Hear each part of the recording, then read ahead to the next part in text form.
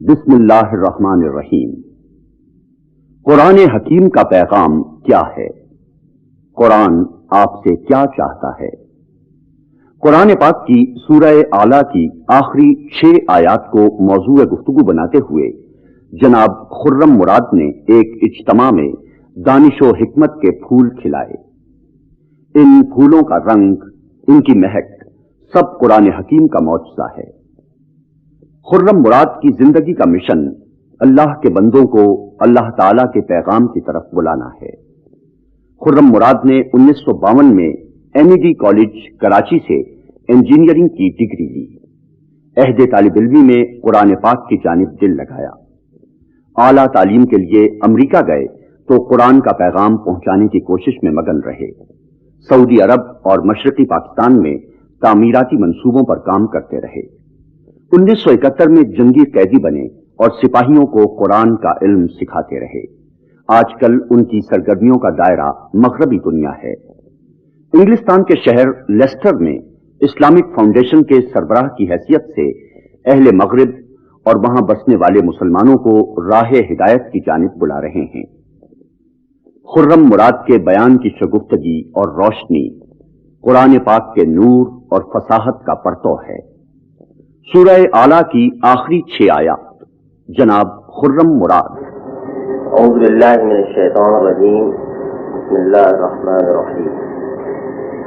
آج فجر کی نماز میں قرآن مجید کی جس سورت کی تلاوت کی گئی وہ سورہ اعلیٰ تھی۔ اس کے آخر میں ایک مختصر سا ٹکڑا ہے، قد افلح من تزکا وذکر اسم ربہ فصلی بل تؤثرون الحیاۃ الدنیا والآخرۃ خیر وابقیٰ ان ھذا لفی الصحف الاولی صحف ابراہیم وموسیٰ۔ میں آج کے درس میں اسی حصے پر کچھ گفتگو کرنا چاہتا ہوں، اس لیے کہ اگرچہ بظاہر یہ بڑی مختصر سی 3-4 آیات ہیں، لیکن اپنے مضمون کے اعتبار سے اور اپنے مفہوم کے لحاظ سے یہ تزکیہ نفس کا پورا ایک جامع پروگرام ہمارے سامنے رکھتی ہیں۔ تفصیلات خود قرآن مجید سے، احادیث نبی صلی اللہ علیہ وسلم سے، آپ کے اور آپ کے اصحاب کے اسوے سے نقش و نگار بھرے جا سکتے ہیں، لیکن بنیادی باتیں جو ہمیں تزکیہ نفس کے لیے درکار ہیں، وہ لائے عمل اور وہ پروگرام جس پر عمل کر کے ہم اپنے نفس کا تزکیہ کر سکتے ہیں، وہ پورا کا پورا ان 3-4 آیات میں سمو دیا گیا ہے۔ گویا کہ ایک پورا سمندر ہے جس کو کہ ایک کوزے کے اندر بند کر دیا گیا ہے۔ ترجمہ ان کا یہ ہے، بے شک اس نے فلاح پائی جس نے اپنا تزکیہ کیا، اپنے رب کے نام کو یاد رکھا، پس اس نے نماز پڑھی۔ بات یہ ہے کہ تم دنیا کی زندگی کو ترجیح دیتے ہو آخرت کے اوپر، حالانکہ آخرت بہتر بھی ہے اور باقی رہنے والی بھی ہے۔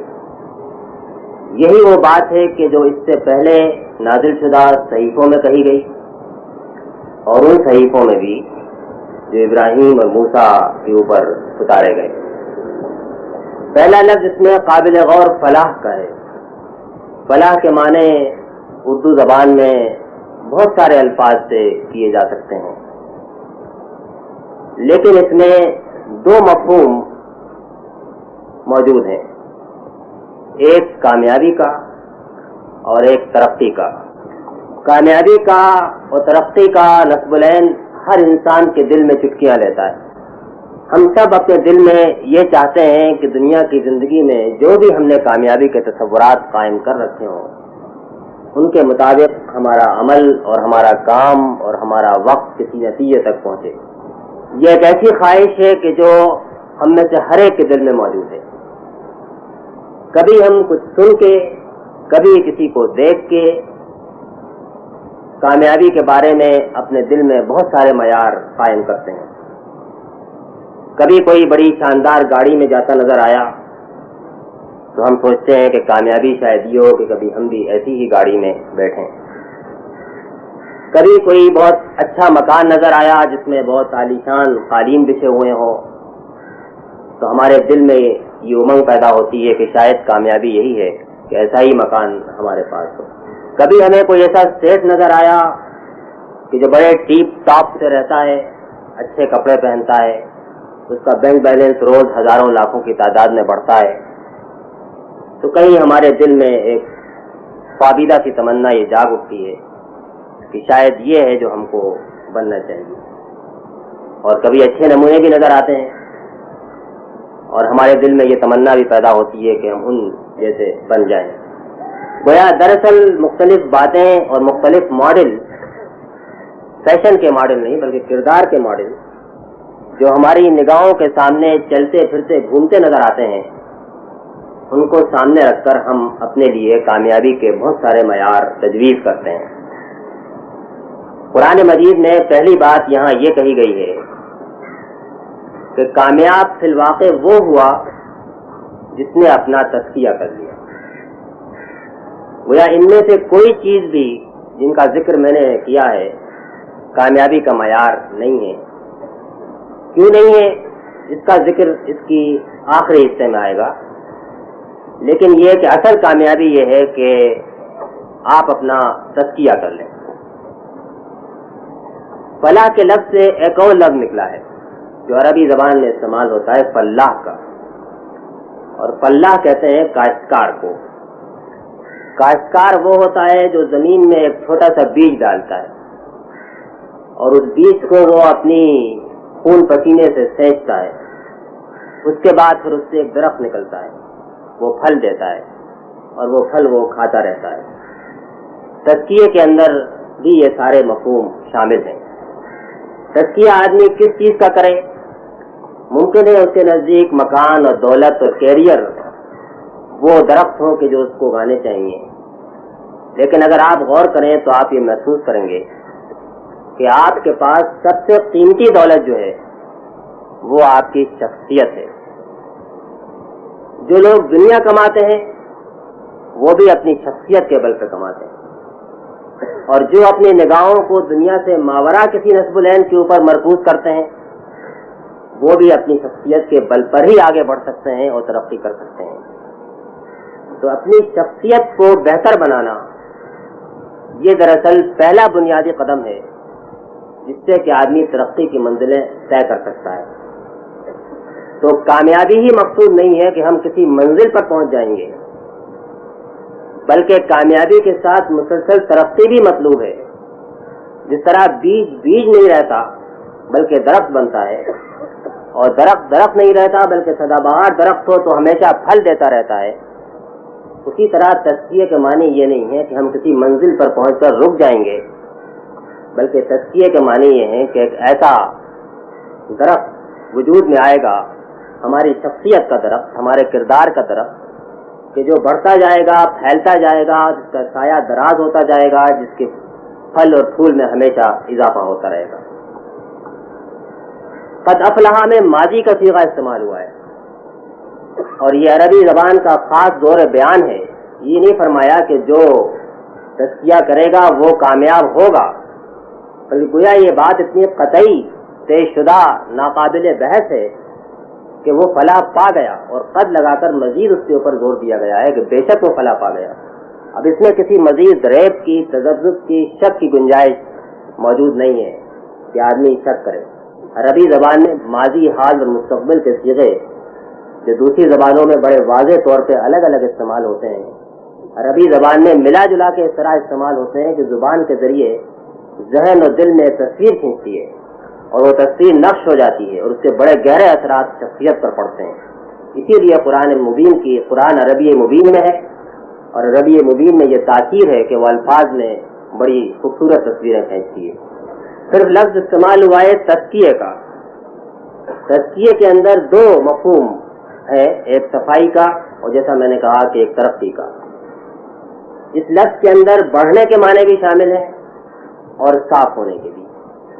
اور یہاں پر دراصل مطلب یہ ہے کہ انسان کی شخصیت میں برے اور اچھے خیالات، جذبات، محرکات، اخلاق، نیتیں، اعمال، عقائد، تو جو اس میں سے بری چیزیں ہیں ان سے وہ جس حد تک پاک اور صاف ہو سکے اس حد تک پاک اور صاف ہو. جو اچھی چیزیں ہیں ان کو وہ اختیار کرے، اختیار کرتا چلا جائے.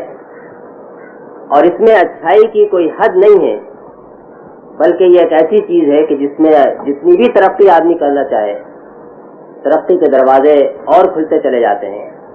جتنا وہ اونچا اٹھے معلوم ہوتا ہے کہ ابھی منزلیں اور باقی ہیں جن تک وہ سفر کر سکتا ہے. اور اسی لیے ایک جگہ اس کی تعبیر اس طرح کی گئی ہے کہ وہ جنت جس کی وسعت میں زمین و آسمان سما جائیں، یقیناً وہ جنت ضرور موجود ہے جس میں آدمی آخرت میں داخل ہوگا، لیکن یہ جنت انہی اعمال کی شکل ہے کہ جو اعمال آدمی یہاں پر کرے گا. اس کے معنی یہ ہے کہ جذبات اور اخلاق اور محرکات اور نیت اور اخلاق اور اعمال کے لحاظ سے ایک پوری دنیا یہاں موجود ہے جس کی وسعت میں زمین و آسمان سما سکتے ہیں، جس میں آدمی جتنا اونچا اٹھنا چاہے اونچا اٹھ سکتا ہے، جتنا سفر کرنا چاہے سفر طے کر سکتا ہے، جتنی منزلیں طے کرنا چاہے اتنی منزلیں وہ طے کر سکتا ہے. اب اس میں ایک اور بات ہے جو قابل غور ہے، وہ یہ ہے کہ لفظ استعمال ہوا ہے تزکا کا، اور یہ بھی عربی زبان کی ایک خوبی ہے کہ اس میں ہر فعل جو ہے وہ خود اپنے اندر بھی ایک معنی رکھتا ہے. تزکا کے وزن کے اوپر آپ کو عربی زبان میں جتنے بھی ورب یا فعل ملیں گے ان سب میں اہتمام اور کوشش کا دخل ضرور موجود ہے.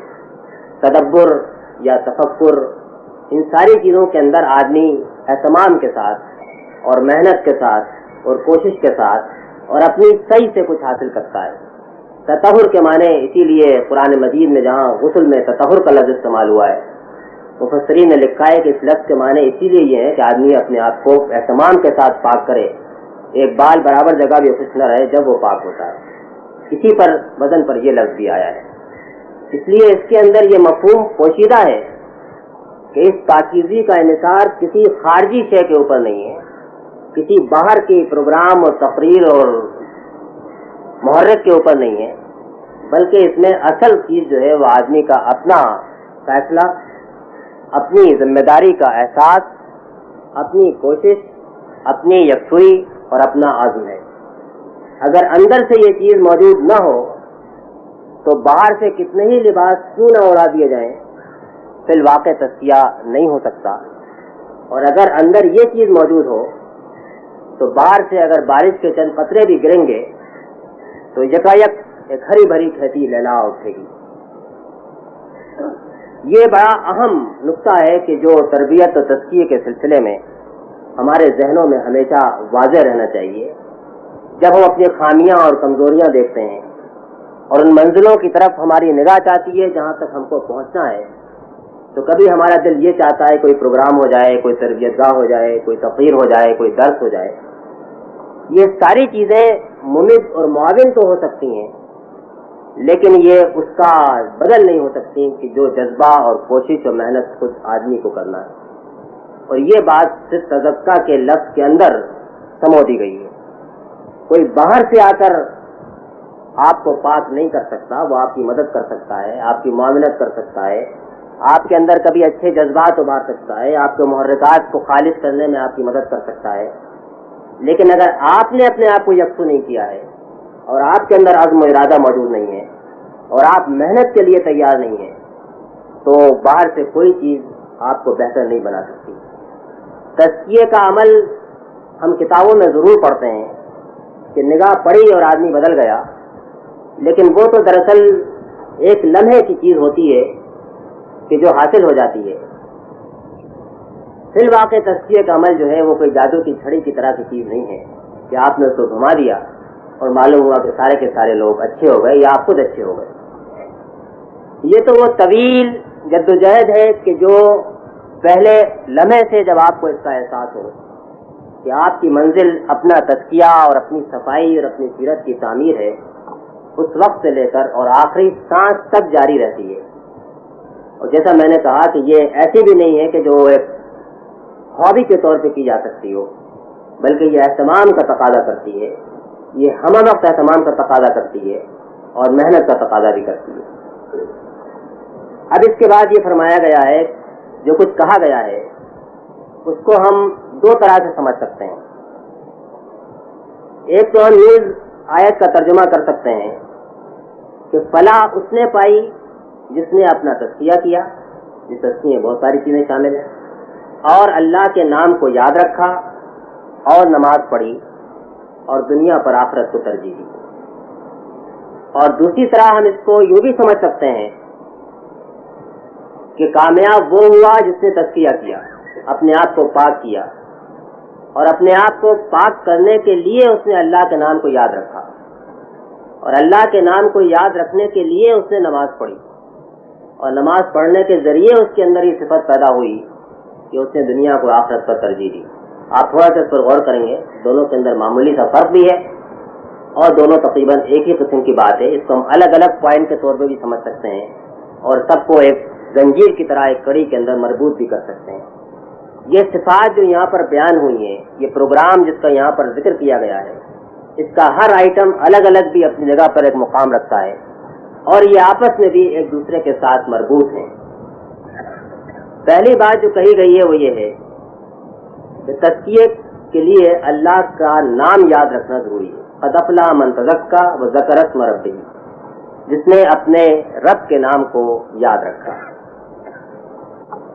یہ بات زیادہ تفصیل میں کہنے کی ضرورت نہیں ہے کہ یاد رکھنے کے معنی دھیان اور خیال کے بھی ہیں اور زبان سے اظہار کے بھی ہیں اور اس کے مطابق اپنے عمل کو ڈھالنے کے بھی ہیں۔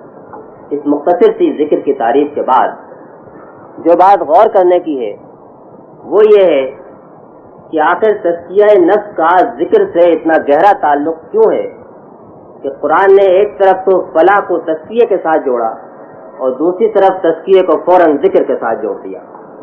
بات یہ ہے کہ سب سے بڑا تزکیے کے راہ میں جو سب سے بڑی رکاوٹیں ہیں، اس میں پہلی رکاوٹ جو ہے وہ غفلت کی رکاوٹ ہے، اور یہ انسان کی کمزوری وہ ہے جس کی طرف قرآن مجید نے آدم علیہ السلام کی تخلیق کے وقت سے اشارہ کر دیا۔ فنسی آدم بھول گئے، یعنی یہ وہ بات ہے کہ اللہ تعالیٰ کی طرف سے حکم بھی موجود تھا، وہ اللہ کے نبی اور پیغمبر بھی تھے، ان کو تاکید بھی کی گئی تھی، لیکن یہ کہ اس کے باوجود انسان کی فطرت میں یہ غفلت اور یہ بھول ایسی چیز ہے کہ جو اس کی فطرت کا ایک جزو ہے۔ اگر یہ نہ ہوتی تو شاید اس دنیا میں امتحان بھی نہ ہو پاتا۔ کسی غفلت کے اوپر قابو پانا اور اس بات کو یاد رکھنا کہ اصل منزل کیا ہے، یہی امتحان ہے، نہ کہ عمل۔ دوسری کمزوری جو انسان کے اندر ہے وہ ہے عزم اور ارادے کی کمزوری۔ اس کی طرف بھی اشارہ اسی وقت کر دیا گیا جبکہ انسان کی تخلیق کی گئی۔ بلم نجد لہو عزما، اور ہم نے آدم میں ارادے کی پختگی اور مضبوطی نہیں پائی۔ یہ دو چیزیں ہیں کہ جو انسان کی اس کی اپنی کمزوریاں نہیں ہیں، اس کے لیے وہ ذمہ دار نہیں ہے۔ ایسا نہیں ہے کہ اس نے خود اپنے اندر ان کو پیدا کر لیا ہو، بلکہ امتحان کی جس دنیا سے اس کو گزارنا ہے اس میں کامیابی حاصل کرنے کے لیے بہرحال اس کے سامنے کچھ رکاوٹیں اور مشکلیں ہونی تھیں، اندر سے بھی اور باہر سے بھی، اور ان میں اس کی فطرت میں یہ دو کمزوریاں رکھی گئیں۔ ایک غفلت کی، بھول جانے کی بات ہم کو معلوم ہوتی ہے، لیکن جب کوئی کشش اپنی طرف کھینچتی ہے تو ہم اس وقت بھول جاتے ہیں کہ ہم کو کیا کرنا چاہیے۔ ارادہ کرتے ہیں، روز نیا عزم کرتے ہیں کہ آج یہ نہیں کریں گے، اور پھر قدم پھسل جاتے ہیں، نگاہ بہک جاتی ہے، ارادے متزلزل ہو جاتے ہیں، دل چاہنے لگتا ہے کہ ہاں وہی کریں کہ جس سے منع کیا گیا ہے۔ اسی طرح یہ معلوم ہے کہ یہ وہ راستہ ہے جس پر چل کر ہم اعلیٰ سے اعلیٰ منزل تک پہنچ سکتے ہیں، لیکن جب وہ راستہ کھلتا ہے تو دل ڈرنے لگتا ہے، ارادہ کمزور پڑنے لگتا ہے۔ یہ دو بنیادی کمزوریاں انسان کی ہیں جن کا ذکر قرآن مجید میں بالکل صاف فرمایا گیا ہے کہ آدم میں یہ دو کمزوریاں تھیں جس کی وجہ سے وہ اللہ کے حکم کی تعمیل نہیں کر سکے۔ ذکر جو ہے وہ ان دونوں چیزوں کا علاج ہے۔ ذکر کے معنی دراصل یہ ہے کہ آدمی جب اپنے رب کا دھیان رکھے گا اور زبان سے اس کو یاد کرے گا اور عمل کو اس کی یاد کے سانچے میں ڈھالے گا تو پھر غفلت ختم تو نہیں ہوگی لیکن کم سے کم ہوتی جائے گی، اور جب وہ غافل ہوگا تو اس کے بعد فوراً وہ پلٹ کر لوٹ کر واپس آ جائے گا۔ ویسے دل اور زبان اور عمل ان تینوں کا بھی آپس میں گہرا تعلق ہے، اور اس تعلق کو ہم جب نماز کے اوپر آئیں گے تو اس کو ذرا زیادہ غور سے دیکھیں گے۔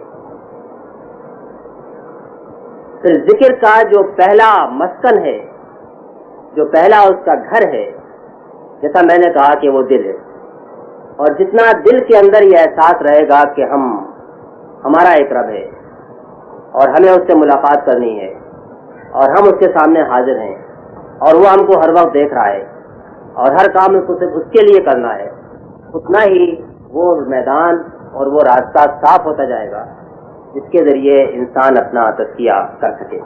ذکر کے اندر اصل چیز یہ ہے، جیسا میں نے کہا کہ یہاں پر کہا تو یہ گیا ہے جس نے اپنے رب کے نام کو یاد رکھا، لیکن نام سے مطلب یہاں صرف اللہ نہیں ہے، بلکہ ہم جانتے ہیں کہ اس کے لیے بہت سارے اسماء حسنی ہیں، اور اسماء حسنی میں سے ہر اس میں حسنہ جو ہے وہ اس کے کسی نہ صرف صفت کو ظاہر کرتا ہے بلکہ اس صفت کے واسطے سے ہم کو اس سے جوڑتا ہے۔ یہ بہت سارے ہیں لیکن ان میں سے چند ایسے ہیں کہ جو بڑے اہم ہیں، اور جن میں سب سے پہلی چیز جو کہ بہت ضروری ہے وہ یہ احساس ہے کہ ہم اللہ کی نگاہوں کے سامنے ہیں اور وہ ہم کو دیکھ رہا ہے۔ بے شمار اچھائیوں کی جڑ صرف یہی ایک چیز ہے، اور اس بات کو قرآن مجید میں اسی لیے بار بار جتایا گیا ہے کہ وَهُوَ مَعَكُمْ أَيْنَمَا كُنتُمْ، وہ تمہارے ساتھ ہے جہاں کہیں بھی تم ہو۔ اگر تم دو ہو تو تیسرا وہ ہے، اگر تم تین ہو تو چوتھا وہ ہے، اس سے کم ہو یا زیادہ وہ تمہارے ساتھ موجود ہے۔ ہم تمہاری شہرت سے زیادہ قریب ہیں، یہ شہرت جو یہاں پر دھڑکتی ہے اس سے زیادہ قریب ہمیں تمہارے، تم کسی حال میں بھی ہو، آپ قرآن پڑھ رہے ہو، کوئی کام کر رہے ہو، کسی چیز کے اندر مشغول ہو، ہم وہاں پر موجود ہیں۔ اور فرمایا گیا ہے کہ اگر یہ تمہارے دل کے اندر یہ احساس جڑ پکڑ جائے کہ تم ہر وقت خدا کے حضور میں ہو، خواہ نماز میں ہو یا نماز کے باہر ہو یا کاروبار کر رہے ہو یا گھر میں ہو، تو اس سے بہت ساری صفات پیدا ہوں گی۔ فاصبر فإنک بأعیننا، صبر کرو اس لیے کہ تم ہماری نگاہوں کے سامنے ہو۔ یہ اللہ تعالیٰ نے کے لیے کوئی انسانی الفاظ استعمال کرنا مناسب بات نہیں ہے، لیکن قرآن نے اللہ تعالیٰ کا تصور اتنا ایبسٹریکٹ بھی نہیں کر دیا ہے مجرد کہ معلوم ہے کہ وہ کوئی چیز ہماری گرفت میں نہیں آ سکتی، بلکہ وہ کہتا ہے ہماری آنکھیں، ہماری آنکھوں کے سامنے تم ہر وقت موجود ہو۔ تو یہ پہلی چیز ہے۔ دوسری چیز یہ ہے کہ یہیں پر ہم اس کے سامنے نہیں ہیں بلکہ اس سے ہم کو ملاقات کرنی ہے۔ یہ اس سے ملاقات کا تصور صرف تصور ہی کافی نہیں ہے بلکہ اس کا شوق بھی۔ آپ کہیں گے کون ایسا ہے کہ جو اس کا شوق کرے گا کہ وہ مرے؟ ظاہر ہے کہ موت تو ایک ناگوار چیز ہے، اور خود احادیث میں بھی اس بات کی تعلیم دی گئی ہے کہ مومن کو بھی موت ناگوار ہو سکتی ہے، لیکن ساتھ ہی ساتھ احادیث کے اندر وہ دعائیں بھی تعلیم دی گئی ہیں جن میں اللہ تعالیٰ سے ملاقات کے شوق کی درخواست کی گئی ہے۔ چنانچہ ایک دعا میں یہ ہے کہ وَلَذَّةَ النَّظْرِ إِلَىٰ وَجْهِكَ الْكَرِيمِ، اور تیرے کریم چہرے کی طرف دیکھنے کی جو لذت ہے، نظر کرنے کی جو لذت ہے وہ مجھے عطا کر۔ وَالشَّوْقِ إِلَىٰ لِقَائِكَ، اور تجھ سے ملاقات کا شوق جو ہے وہ میرے دل کے اندر پیدا کر۔ تو یہ اس سے ملاقات کا احساس، اس کا یقین کہ اس کے سامنے ایک دن کھڑے ہونا ہے، اس سے ملاقات کرنا ہے، یہ بھی اسی ذکر کا ایک حصہ ہے۔ پھر اگر اپنے رب کے نام کو آدمی یاد رکھے تو تیسری چیز یہ ہے کہ جب اتنا اعلیٰ رب جس کے تسبیح کے حکم سے یہ صورت شروع ہوئی، سبح اسم ربک الاعلیٰ، اتنی اعلیٰ چیز جب موجود ہو تو کسی ادنا چیز کی طرف آدمی کی توجہ نہیں ہو سکتی۔ جب 1,00,000 میگا واٹ کا بلب جل رہا ہو تو چھوٹے چھوٹے قمقمے بجھتے نظر آتے ہیں، جب سورج طلوع ہو جائے تو ستارے نظر نہیں آتے۔ اسی طرح جب ایک دفعہ آدمی اللہ کے نام کو یاد رکھے اور یاد کرے اور اس کی یاد دل کے اندر موجود ہو تو باقی سارے جو چھوٹے چھوٹے بت ہیں اور محرکات ہیں کہ جو ویسے معلوم ہوتا ہے کہ نگاہوں کو چکا چوند کر دیں گے اور خیرہ کر دیں گے، وہ سب غائب ہو جاتے ہیں اور آدمی کا سارا کام صرف اللہ کی رضا کے لیے ہوتا ہے. اخلاص کی صفت جو ہے وہ پھر اسی ذکر کی بنیاد پر قائم ہوتی ہے. اخلاص سے ہم اس وقت محروم ہوتے ہیں جب اللہ کے نام کے ساتھ دوسری یادیں دل کے اندر موجود ہوں, یا یہ نہ معلوم ہو کہ سب سے زیادہ روشن, سب سے زیادہ اعلیٰ, سب سے زیادہ عظیم نام اسی کا ہے جس کا کہ ذکر ہم کر رہے ہیں, جس کا نام ہمارے دل کے اندر موجود ہے. تو دل کے اندر اگر اس کے نام کی روشنی ہے تو اس بات کی گنجائش نہیں ہے کہ آدمی دولت کے لیے اور مال کے لیے اور تعریف کے لیے اور اخبار میں نام چھپنے کے لیے کوئی دین کا کام کرے. جب وہ اپنے رب کا کام کر رہا ہے تو یہ کام صرف اسی لیے ہونا چاہیے کہ وہ روشنی بڑھتی جائے, اور جب وہ اپنے رب سے ملاقات کرے تو یہ کہہ سکے کہ میں نے جو مال خرچ کیا یا وقت دیا یا جان قربان کی وہ صرف تیرے لیے کی. چوتھی چیز یہ ہے کہ سب ذکر کے باوجود اس بات کا امکان ہے کہ انسان پھر غفلت کے اندر مبتلا ہو, اس کا ارادہ اور عزم کمزور ہو اور وہ غلطی کر بیٹھے, اور اس موقع پر پھر جو چیز اس کو سہارتی ہے وہ اللہ کی یاد. چنانچہ ایمان اور تقوی کی تعریف یہ نہیں کی گئی کہ آدمی فرشتوں کی طرح معصوم ہو جائے, اس سے کوئی غلطی نہ ہو, کبھی کوئی غلط نیت نہ پیدا ہو, وہ غلط کام نہ کرے, بلکہ یہ کی گئی کہ والذین اذا فعلوا فاحشۃ ذکروا اللہ فاستغفروا لذنوبہم. جب وہ کوئی اپنے والذین اذا ظلموا انفسہم اور فعلوا فاحشۃ, جب وہ کوئی اپنے نفس کے اوپر ظلم کر بیٹھتے ہیں یا کوئی اعلانیہ برائی کا کام کر بیٹھتے ہیں, ذکر اللہ, فوراً اللہ کو یاد کرتے ہیں اور اس کے بعد اپنے گناہوں کی معافی مانگتے ہیں. اگر کہیں شیطان ان کو چھو جاتا ہے یا شیطان کی ہوا بھی لگ جاتی ہے تو ان کو اللہ یاد آ جاتا ہے. یہ اگر آدمی اللہ کی یاد سے غافل ہو تو یہ کام نہیں ہو سکتا. غفلت کا کوئی لمحہ تو آ سکتا ہے, غفلت کے گھنٹے بھی آ سکتے ہیں, دن بھی آ سکتے ہیں, لیکن اگر دل میں اللہ کی یاد ہو, صفائی ہو, پاکیزگی ہو, تو کہیں سے اگر اندھیرا داخل ہوگا, کہیں سے کوئی گندگی آئے گی تو وہ آ تو جائے گی, اس لیے کہ یہ تو انسان کی زندگی نیکی اور برائی کی کشمکش سے پوری عبارت ہے. لیکن یہ نہیں ہو سکتا کہ وہ ٹھہر کر اس کو اپنا گھر بھی بنا لے. مومن اس کو اس بات کی اجازت نہیں دے سکتا, وہ غلطی کر سکتا ہے, غلطی پر جم نہیں سکتا. ولم یصروا علی ما فعلوا, وہ اپنے کیے ہوئے کے اوپر جمتے نہیں, اصرار نہیں کرتے, ضد نہیں کرتے, بلکہ غلطی تو کر بیٹھتے ہیں لیکن فوراً اس سے پلٹ کر واپس آتے ہیں. اب اس کے بعد اگر آپ مزید غور کریں تو آپ کو میں ایک بات اور بتاؤں, اور وہ یہ کہ ذکر کے لیے اور ذکر میں کو باہر کے ایک عمل کے طور پہ نہیں بلکہ اندرونی تقاضے کے طور پہ کرنے اور دھیان دینے کے لیے جو اصل چیز ہے وہ اللہ کی محبت ہے. محبت کا لفظ کسی تعریف کا محتاج نہیں ہے. ہم میں سے سب کو کسی نہ کسی چیز سے, کسی نہ کسی شخص سے, کسی نہ کسی انسان سے محبت کا تجربہ اپنی زندگی میں کبھی نہ کبھی ضرور ہوا ہوگا. میں نہیں سمجھتا کہ آپ میں سے کوئی بھی جذبات اور حصے اتنا آ رہی ہے کہ اس نے کبھی کسی سے محبت نہ کی ہو. لیکن آپ کو یہ بھی اپنے تجربے سے معلوم ہوگا کہ جب کسی چیز سے محبت ہوتی ہے, خواہ وہ انسان ہو یا پیسہ ہو یا مکان ہو, تو آدمی کا دل یہ چاہتا ہے کہ پھر وہ اس کا ذکر کرے. کسی مجلس میں آ جائے تو اس کا نام آئے, کہیں بیٹھے تو اس کا ذکر ہو, کچھ لکھے تو کسی بہانے سے اسی کا نام لکھے, چلتا پھرتا رہے تو اسی کا ذکر کرے. یہ ایک ایسی چیز ہے کہ جو محبت کا لازمی تقاضا ہے. ذکر کو باہر سے بھی اوڑھا جا سکتا ہے, لیکن ذکر کا چشمہ دل سے اس وقت ابلنا شروع ہوتا ہے جب وہ دل کے اندر واقعی اللہ کی محبت ہو. اور اسی لیے کہا گیا ہے کہ دراصل ایمان دو طرح کا ہے. ایک وہ ایمان ہے جس کی لذت مومن محسوس کرتا ہے, جس چیز کی لذت اور ذائقہ زبان محسوس کرے, وہ پھر کسی کے کہنے کی ضرورت نہیں ہوتی کہ آدمی اس کو کھائے, بلکہ وہ آدمی خود سے لپک کے کھاتا ہے. اور فرمایا گیا کہ ثلاث من کن فیہ وجد بہن حلاوت الایمان, تین چیزیں ایسی ہیں جس میں ہوں گی وہ ان کے ذریعے ایمان کا مزہ, اس کی حلاوت, اس کی شیرینی, اس کی مٹھاس پائے گا. اور ان میں سے پہلی چیز یہ ہے کہ ان یکون اللہ ورسولہ احب الیہ مما سواہما, کہ اللہ اور اس کے رسول ان دونوں کے علاوہ ہر چیز سے زیادہ اس کو پیارے ہو جائیں.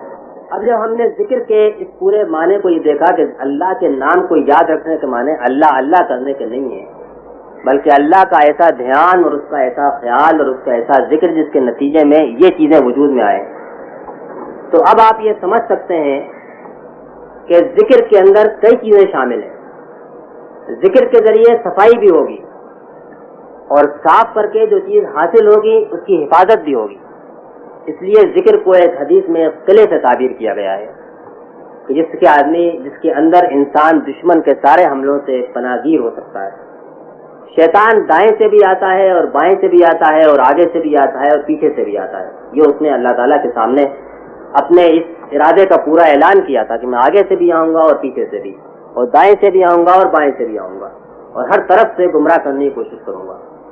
اس دشمن کے تیروں سے اور بندوقوں سے اور توپوں سے محفوظ رہنے کے لیے اللہ کی یاد ایک ایسا قلعہ ہے کہ جو محفوظ رکھتا ہے کہ زمین کے اندر پھیل جاؤ اور اللہ کو کثرت سے یاد کرو. یہ نہیں کہ تم اللہ کو بھول کے اپنے کام کرو. جیسا میں نے کہا کہ اس میں کسی اہتمام کی ضرورت نہیں ہے، اس میں بڑے بڑے اذکار سیکھنے کی ضرورت نہیں ہے، اس میں کسی صوفی کی بیعت کی ضرورت نہیں ہے، بلکہ اس میں صرف اپنی توجہ کی ضرورت ہے کہ آدمی یہ فیصلہ کر لے کہ فجر سے لے کر عشاء تک جب میں خالی ہو جاؤں گا، جب غافل ہو جاؤں گا، کسی لمحے بھی 1 سیکنڈ 2 سیکنڈ کے لیے میں اس بات کو اپنے ذہن میں تازہ کر لوں گا تو میرا رب مجھے دیکھ رہا ہے، مجھے اس سے ملنا ہے، وہ عظیم ہے، وہ اکبر ہے، وہ سبحان ربی سبحان ہے، وہ اعلیٰ ہے. یہ ساری چھوٹی چھوٹی چیزیں آدمی ایک لمحے کے اندر ذہن میں تازہ کر سکتا ہے، زبان سے ادا کر سکتا ہے، اپنے کام میں آگے بڑھ سکتا ہے. اور یہ ہے تعریف اس کی کہ ذکر کثرت سے کیا جائے. تو یہ وہ چیز ہے کہ جب سانس، جس طرح سانس اندر آتی اور جاتی ہے اور کبھی آپ کو اس بات کا احساس ہوتا ہے کہ ہم سانس لے رہے ہیں اور کبھی نہیں بھی ہوتا، اسی طرح اللہ کی یاد زندگی کے اندر بس جائے. جس نے اپنے رب کے نام کو یاد رکھا اس نے اپنا تزکیہ کیا. لیکن ظاہر ہے کہ صرف توجہ کافی نہیں ہے، انسان کو ہر چیز کے لیے ایک ٹریننگ کورس کی بھی ضرورت ہے. وہ چیز کہ جو اس کو ہر وقت یاد دلائے کہ یہ کام کرنا ہے، اور جس مشق کے ذریعے یہ ذکر زندگی کے اندر رائج ہو جائے، جاری ہو جائے. اور ذکر کی یہ مکمل صورت اللہ تعالیٰ نے ہم کو نماز کی صورت میں دی ہے. اسی لیے کہا گیا کہ ذکر اسم ربہ فصلی، جس نے اللہ کے نام کو یاد رکھا پس نماز اس نے پڑھی. گویا کہ یوں آپ کہہ سکتے ہیں کہ اگر اللہ کا نام یاد ہے تو آدمی کسی باہر کے دباؤ کے تحت نہیں بلکہ دل کے اختیار اور شوق سے ہاتھ باندھ کر اپنے مالک کے حضور کھڑا ہو جائے گا. کبھی محبت کا اظہار کرے گا، کبھی اس کی عظمت کا اعتراف کرے گا، کبھی اپنے خوف سے لرزہ برندام ہوگا، کبھی اس کا شوق جو ہے دل کے اوپر طاری ہوگا، کبھی اس کے آگے جھک جائے گا، کبھی پیشانی ٹیک دے گا، زمین و خاک کے اوپر اپنے چہرے کو رکھ دے گا، کبھی آنسو بہائے گا. یہ سارے کام لازمی ہے کہ وہ کرے اگر وہ اللہ کے نام کو یاد رکھتا ہے. اور آپ یوں بھی کہہ سکتے ہیں کہ اگر وہ یہ سارے کام کرے تو اللہ کے نام اس کو ہمیشہ یاد رہے گا. گویا یہ کوئی ایسی چیز ہے کہ جو سرکل کی طرح ہے کہ جس میں آپ ایک طرف سے ڈوری پکڑیں تو آپ دوسری طرف پہنچ جائیں گے، اور دوسری طرف سے ڈوری پکڑیں تو پھر آپ پہلی طرف پہنچ جائیں گے. کہ اگر اللہ کا نام یاد رکھے گا آدمی تو دل کے شوق سے مجبور ہو کر اس کے دربار میں حاضر ہوگا اور اس سے عرض و نیاز کرے گا. اور اگر اس کے دربار میں اس کے مطابق، حکم کے مطابق حاضر ہوگا تو اس کو اپنی اس کوشش اور محنت میں کامیابی نصیب ہوگی کہ وہ اللہ کے نام کو یاد کر سکے. اب آپ دیکھیے کہ دراصل نماز ہے کیا چیز. نماز کی ایک ظاہری شکل صورت ہے جو ہمارے سامنے ہے، ایک اس کی اندرونی روح بھی ہے جس کا ذکر قرآن مجید میں کہیں خوشبو سے کیا گیا ہے، کہیں اللہ کی یاد سے کیا گیا ہے کہ نماز کو میری یاد کے لیے قائم کرو.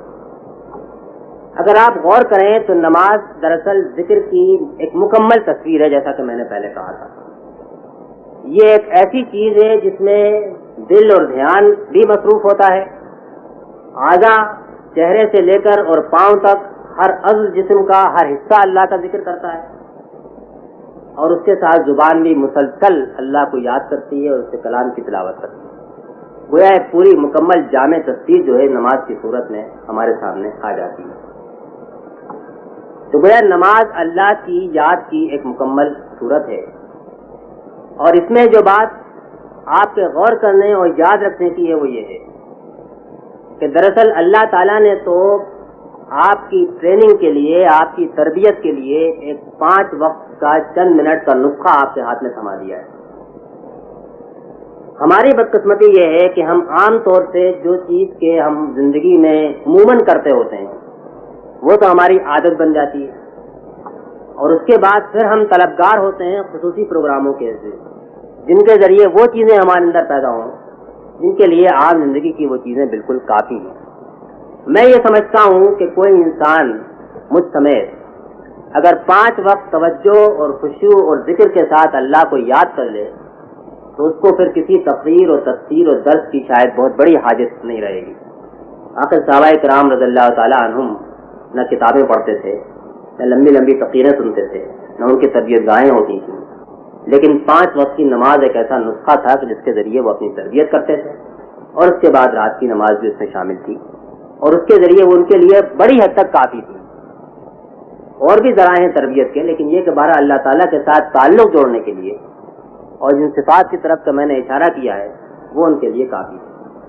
اب ہماری بدقسمتی یہ ہے کہ ہم 5 وقت ہاتھ باندھ کر کھڑے تو ہو جاتے ہیں، لیکن کبھی آپ نماز پڑھ کے یہ جائزہ لیں اور سوچیں کہ اللہ اکبر کہنے سے لے کر اور سلام پھیرنے تک کتنے لمحات یہ احساس رہا کہ اللہ کے سامنے کھڑے ہیں، اس سے بات کر رہے ہیں۔ اسی طرح ایک دن اس کے سامنے کھڑا ہونا ہوگا، اور جو بات زبان سے نکل رہی ہے وہ ہم جان بوجھ کے عرض کر رہے ہیں کہ واقعی زبان سے کیا کہہ رہے ہیں۔ آپ اس لحاظ سے جائزہ لے لیجیے، مجھے کچھ کہنے کی ضرورت نہیں، آپ خود یہ محسوس کریں گے کہ وہ نسخہ جس میں ہم 5 وقت اپنا وقت صرف کرتے ہیں وہ ہمارے لیے نافع اور مفید نہیں ہو رہا، اس لیے کہ ہم اس سے فائدہ نہیں اٹھا رہے۔ حالانکہ اللہ تعالیٰ نے یہاں جو تربیتی پروگرام دیا ہے اس نے نماز کو مرکزی حیثیت دی ہے۔ جس نے اللہ کے نام کو یاد رکھا اور کیا اس نے نماز پڑھی۔ تو میں کیونکہ وقت کم ہے اس لیے صرف یہ بات کہنا چاہوں گا کہ وہ کون سی چیزیں ہیں جن سے واقعی نماز سے آدمی فائدہ اٹھا سکتا ہے۔ باتیں تو بہت سی کہی جا سکتی ہیں، لیکن میں یہ سمجھتا ہوں کہ پہلی بات یہ ہے کہ جتنا یہ احساس تازہ رہے گا اور آپ لوٹ کے اگر آپ کو یاد بھی نہ ہو، معنی بھی آپ نہ سمجھتے ہوں، دل کہیں اور بہک رہا ہو، آپ بار بار اپنے آپ کو یاد دلائیں کہ میں اللہ کے سامنے کھڑا ہوں۔ چنانچہ ایک حدیث میں آتا ہے کہ جب کوئی انسان نماز پڑھتا ہے تو وہ اپنے مالک سے سرگوشیاں کرتا ہے، یعنی اس کو اس کا اتنا قرب حاصل ہوتا ہے کہ وہ اس سے باتیں کر رہا ہے۔ تو انسان کو چاہیے کہ وہ اللہ سے ڈرے۔ کیا وہ نہیں دیکھتا کہ وہ اپنے رب سے اور اپنے مالک سے کس طرح بات کر رہا ہے؟ اگر کوئی آپ کا ناظم یا امیر آپ سے اس طرح بات کرے، آپ کا ساتھی اس طرح بات کرے کہ آپ اس سے بات کر رہے ہیں اور آپ کو کچھ خبر نہیں کہ آپ کیا کہہ رہے ہیں اور وہ کیا کہہ رہا ہے، اس کی توجہ کہیں اور ہے، وہ ادھر دیکھ رہا ہے ادھر دیکھ رہا ہے، جسم کی آنکھوں سے آپ نہیں دیکھتے، دل کی آنکھوں سے آپ ادھر ادھر ہی دیکھتے ہوتے ہیں، تو ظاہر ہے کہ اس کی کیا وقت اللہ کی نگاہ میں ہو سکتی ہے۔ تو پہلا یہ احساس، اور یہ مسلسل اس کے لیے کوشش درکار ہوگی، یہ ایک دفعہ حاصل نہیں ہو جائے گا کہ میں اللہ کے سامنے کھڑا ہوں۔ اس سلسلے میں وہ حدیث بہت مدد کرتی ہے جس میں یہ کہا گیا ہے کہ سورہ فاتحہ جو ہے وہ اللہ اور بندے کے درمیان تقسیم ہے۔ جب بندہ یہ کہتا ہے کہ الحمدللہ رب العالمین، تو اللہ تعالیٰ فرماتا ہے کہ بندے نے میری تعریف کی، میرا شکر ادا کیا۔ جب وہ کہتا ہے کہ الرحمن الرحیم، تو وہ کہتا ہے کہ اس نے میری ثنا کی۔ جب وہ کہتا ہے مالک یوم الدین، تو وہ کہتا ہے کہ اس نے میری عظمت بیان کی۔ اس کے بعد جب وہ کہتا ہے ایاک نعبد و ایاک نستعین، تو اللہ تعالیٰ فرماتا ہے کہ یہ میرے اور بندے کے درمیان ایک مشترک چیز ہے، اب وہ جو مانگے گا وہ اس کو ملے گا۔ اس کے بعد پھر وہ دعا کرتا ہے ایاک نعبد و ایاک نستعین۔ اگر آپ اسی کو یاد کر لیں کہ آپ یہ بات کر رہے ہیں تو اس سے بھی توجہ برقرار رہ سکتی ہے۔ دوسری چیز جو ہے وہ یہ ہے کہ یہ آپ کو معلوم ہو کہ آپ کیا پڑھ رہے ہیں، یعنی سمجھ کر پڑھنا جو ہے، جان کر پڑھنا، عرض کرنا، یہ ضروری ہے۔ بے معنی بے سمجھے بوجھے الفاظ ادا کرنے کا کوئی فائدہ نہیں۔ آخر قرآن مجید میں نشے کی حالت میں نماز پڑھنے سے کیوں روکا گیا؟ فرمایا گیا کہ اس لیے کہ لوگوں کو سمجھ میں نہیں آتا کہہ کیا رہے ہیں۔ اب اگر نشے کے بغیر بھی آدمی کو یہ نہ معلوم ہو کہ وہ کیا کہہ رہا ہے تو ظاہر ہے کہ وہ نشے کی حالت ہوئی کہ جس میں آدمی نماز پڑھ رہا ہے۔ فرمایا گیا ہے کہ بہت سے لوگ نماز پڑھتے ہیں، وہ نہیں جانتے کہ انہوں نے کیا کہا۔ بہت سے لوگ نماز پڑھتے ہیں لیکن اللہ کو یاد نہیں کرتے، حالانکہ نماز کا مقصد جو ہے وہ اللہ کو یاد کرنا ہے۔ تو سمجھنا، تھوڑے سے کلمات ہیں، ان کے معنی جان لینا، اردو میں اپنے ذہن میں ان معنوں کو دہرا لینا، اس عمل کو بار بار کرنا، یہ کوئی مشکل کام نہیں، اس کے لیے بڑی ریاضت کی ضرورت نہیں ہے، لیکن اس تھوڑی سی بات سے آپ کی نماز بڑی بہتر بن سکتی ہے۔ اور تیسری چیز جس کو ایک حدیث میں کہا گیا ہے کہ جب نماز پڑھو تو یہ سمجھ کر پڑھو کہ یہ تمہاری آخری نماز ہے۔ دنیا کو، اس کے دو معنی ہو سکتے ہیں، دنیا کو رخصت کر کے پڑھو یا یہ سمجھ کے پڑھو کہ دنیا سے رخصت ہونے والے ہیں۔ ظاہر ہے کہ آپ میں سے کوئی نہیں جانتا، کوئی اس بات کی ضمانت نہیں دے سکتا کہ جو نماز آپ پڑھ رہے ہیں اس کے بعد اگلی نماز پڑھنا آپ کو نصیب ہوگا یا نہیں ہوگا۔ جب کیفیت یہ ہو اور ہم یہ جانتے ہوں کہ یہ ہماری شاید آخری ملاقات ہے جس میں اس سے بات کرنے کا، اس کی حمد و ثنا کرنے کا، اس سے کچھ عرض کرنے کا، اس سے کچھ مانگنے کا، اس سے اپنا تعلق مضبوط کرنے کا موقع ہے، تو اس کی کوئی وجہ نہیں ہے کہ ہمارا دل ادھر ادھر بھٹکتا پھرے۔ تو یہ تین چیزیں ہیں کہ جو مختصراً نماز کو ایک مفید چیز بنانے کے لیے مددگار ہو سکتی ہیں۔ اب جیسا میں نے کہا کہ نماز دراصل اللہ تعالیٰ سے ملاقات، 5 وقت اس کے سامنے حاضر ہونے کا نام ہے، اور ایک حاضری وہ ہے کہ جو بالکل آخر میں موت کے بعد ہونے والی ہے۔ جب تک اس حاضری کا تصور دل کے اندر مضبوطی کے ساتھ موجود نہ ہو، اس وقت تک نماز کا صحیح ہونا بھی ممکن نہیں۔ اس آیت کے اندر بھی نماز کے ذکر کے فوراً بعد کہا گیا کہ بل تؤثرون الحیات الدنیا، بات یہ ہے کہ تم دنیا کی زندگی کو زیادہ ترجیح دیتے ہو، زیادہ پسند کرتے ہو، والآخرۃ خیر وابقیٰ، حالانکہ آنے والی زندگی بہتر ہے اور زیادہ اچھی ہے۔ اور ایک اور جگہ یہ فرمایا گیا وَإِنَّهَا لَكَبِيرَةٌ إِلَّا عَلَى الْخَاشِعِينَ الَّذِينَ يَظُنُّونَ أَنَّهُمْ مُلَاقُو رَبِّهِمْ وَأَنَّهُمْ إِلَيْهِ رَاجِعُونَ، کہ بے شک نماز ایک بڑی بھاری چیز ہے، بڑی گراں چیز ہے، سوائے ان کے کہ جو اللہ کے سامنے خشوع اختیار کرنے والے ہیں۔ اور یہ وہ کون لوگ ہیں؟ یہ وہ لوگ ہیں جو دل میں اس بات کا یقین رکھتے ہیں کہ ان کو اپنے رب سے ملنا ہے اور اس کی طرف لوٹ کر جانا ہے۔ گویا یہاں پر بھی نماز اور آخرت کا تعلق ایک دوسرے کے ساتھ لازم و ملزوم کا ہو گیا۔ جتنا اللہ سے ملاقات پر یقین گہرا اور مضبوط ہوگا اتنا نماز بہتر ہوگی، اور جتنی نماز بہتر ہوگی اتنا یقین مضبوط ہونا ضروری ہے۔ اب لیکن یہاں پر بات یہ کہی گئی ہے، اور یہ بڑی اہم بات ہے، اور یہ بالکل کانٹے کی بات ہے کہ آدمی نے کیا فیصلہ کیا ہے کہ دنیا اور آخرت میں سے بہتر چیز کون سی ہے۔ یہ ہماری زندگی کا سب سے اہم اور سب سے نازک فیصلہ ہے، اور اس فیصلے پر ہمارے سارے تزکیے کے عمل کا دار و مدار ہے۔ جس نے اپنی منزل آخرت کو بنایا وہ بے شک تزکیہ بھی کر سکے گا اور فلاح بھی پائے گا، اور جس نے سارے دینی کام کرنے کے باوجود اپنی منزل دنیا کو بنایا وہ دین کے سارے ظاہری الفاظ اور لباس اور اعمال کے باوجود اس میں کامیاب نہیں ہو سکتا کہ وہ اپنا تزکیہ کرے اور آخرت میں فلاح پائے۔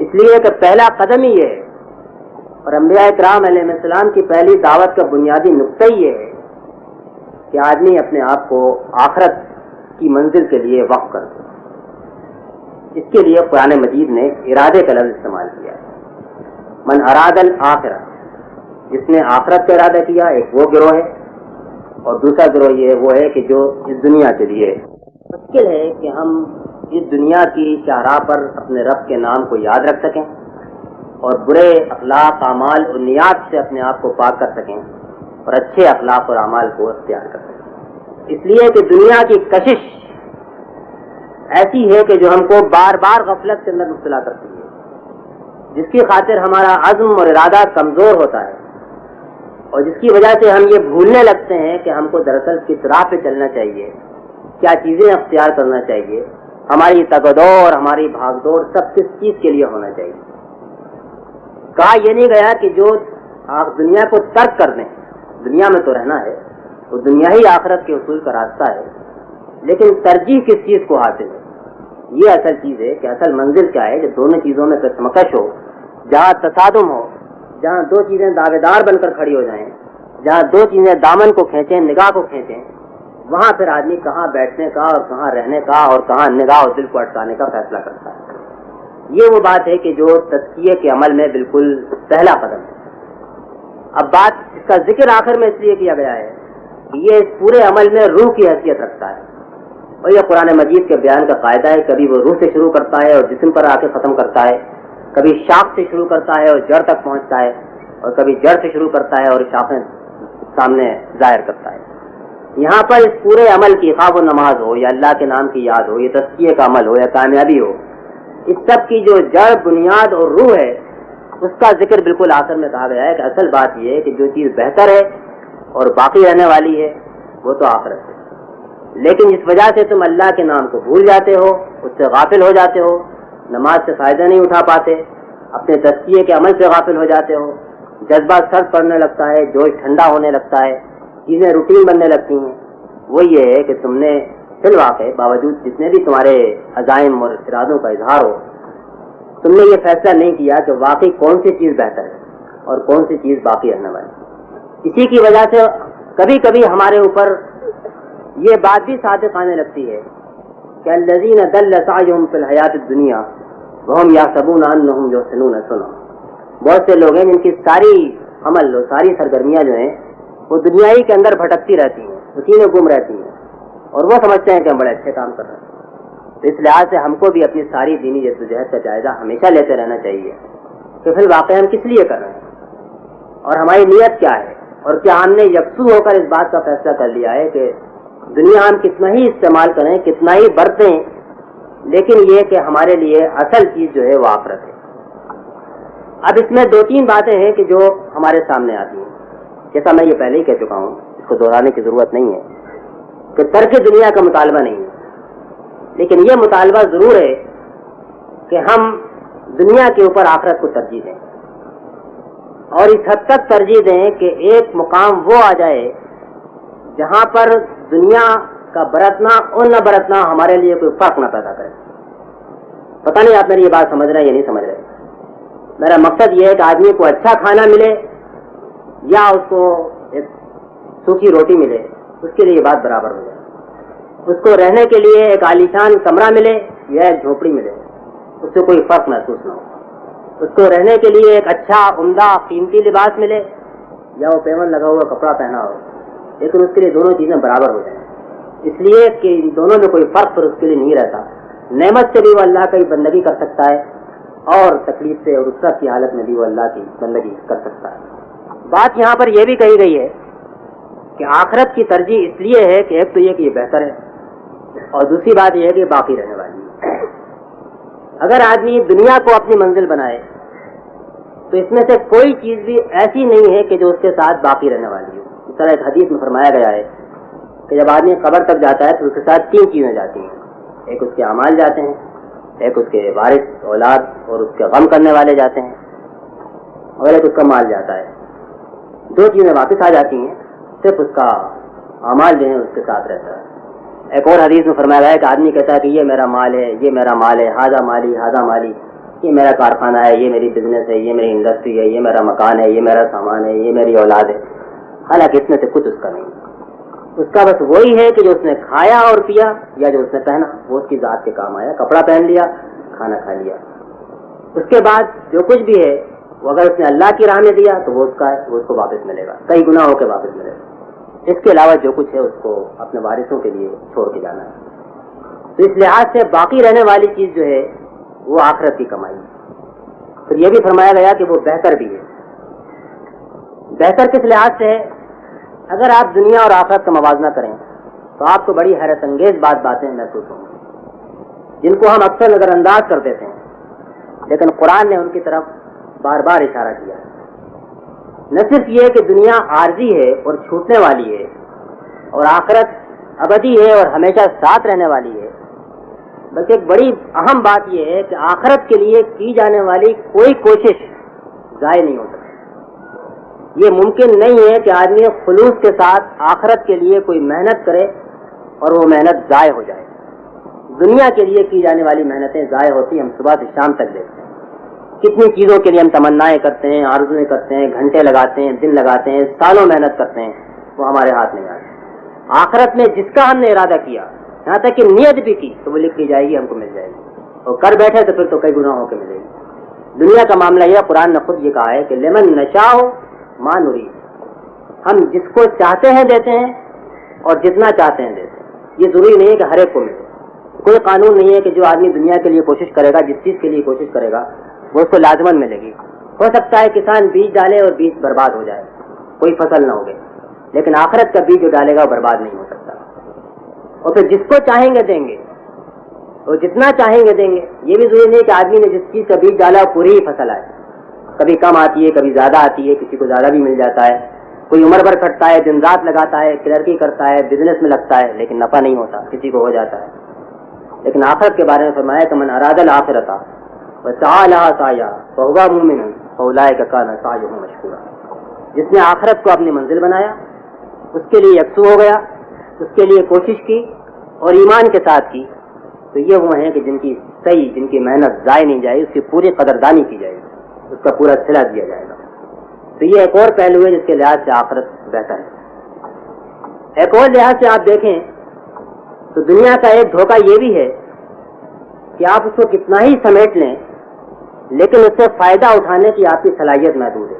کہ اگر یہ پہلو آدمی کی نگاہ کے سامنے رہے کہ وہ کتنے ہی دسترخوان کے اوپر اگر 100 کھانے بھی جمع کر لے تو وہ خود ایک پیٹ سے زیادہ نہیں کھا سکتا. اگر اس کی وارڈروب میں 100 سوٹ بھی لٹک رہے ہوں تو ایک وقت میں وہ ایک سوٹ سے زیادہ نہیں پہن سکتا. اگر اس کے مکان میں 100 بیڈ روم ہو, ہر ایک میں عالیشان مسری لگی ہوئی ہو, تو وہ ایک وقت میں 2 اور 6 گز کی زمین, 2 اور 6 فٹ کی زمین پر ہی بستر پر سو سکتا ہے. اس سے زیادہ کئی کمروں میں بیک وقت نہیں سو سکتا.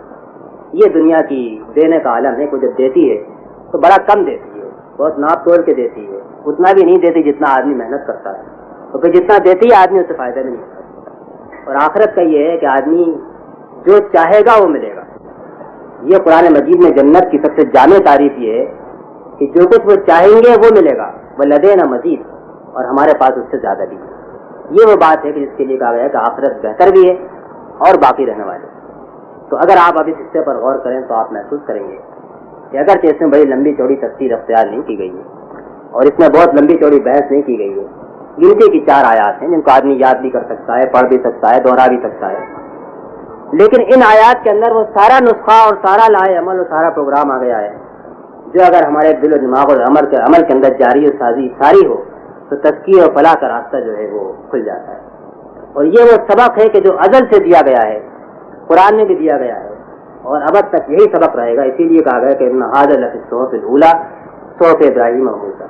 یہ حقیقتیں ایسی ہیں کہ جو اس سے پہلے بھی سارے صحیفوں میں نازل کی گئیں, آج اس قرآن میں بھی نازل کی جا رہی ہیں کہ جو ہمیشہ کے لیے ہمارے ساتھ ہوگا. اللہ تعالی ہم کو تزکیے کو اپنی منزل بنانے کی توفیق عطا فرمائے, اپنے نام کو یاد رکھنے کی توفیق عطا فرمائے, نماز سے فائدہ اٹھانے کی توفیق عطا فرمائے, اور اس بات کی توفیق دے کہ ہم دنیا کو چھوڑ کر آخرت کو اپنی منزل بنائیں. وآخر دعوانا الحمد للہ.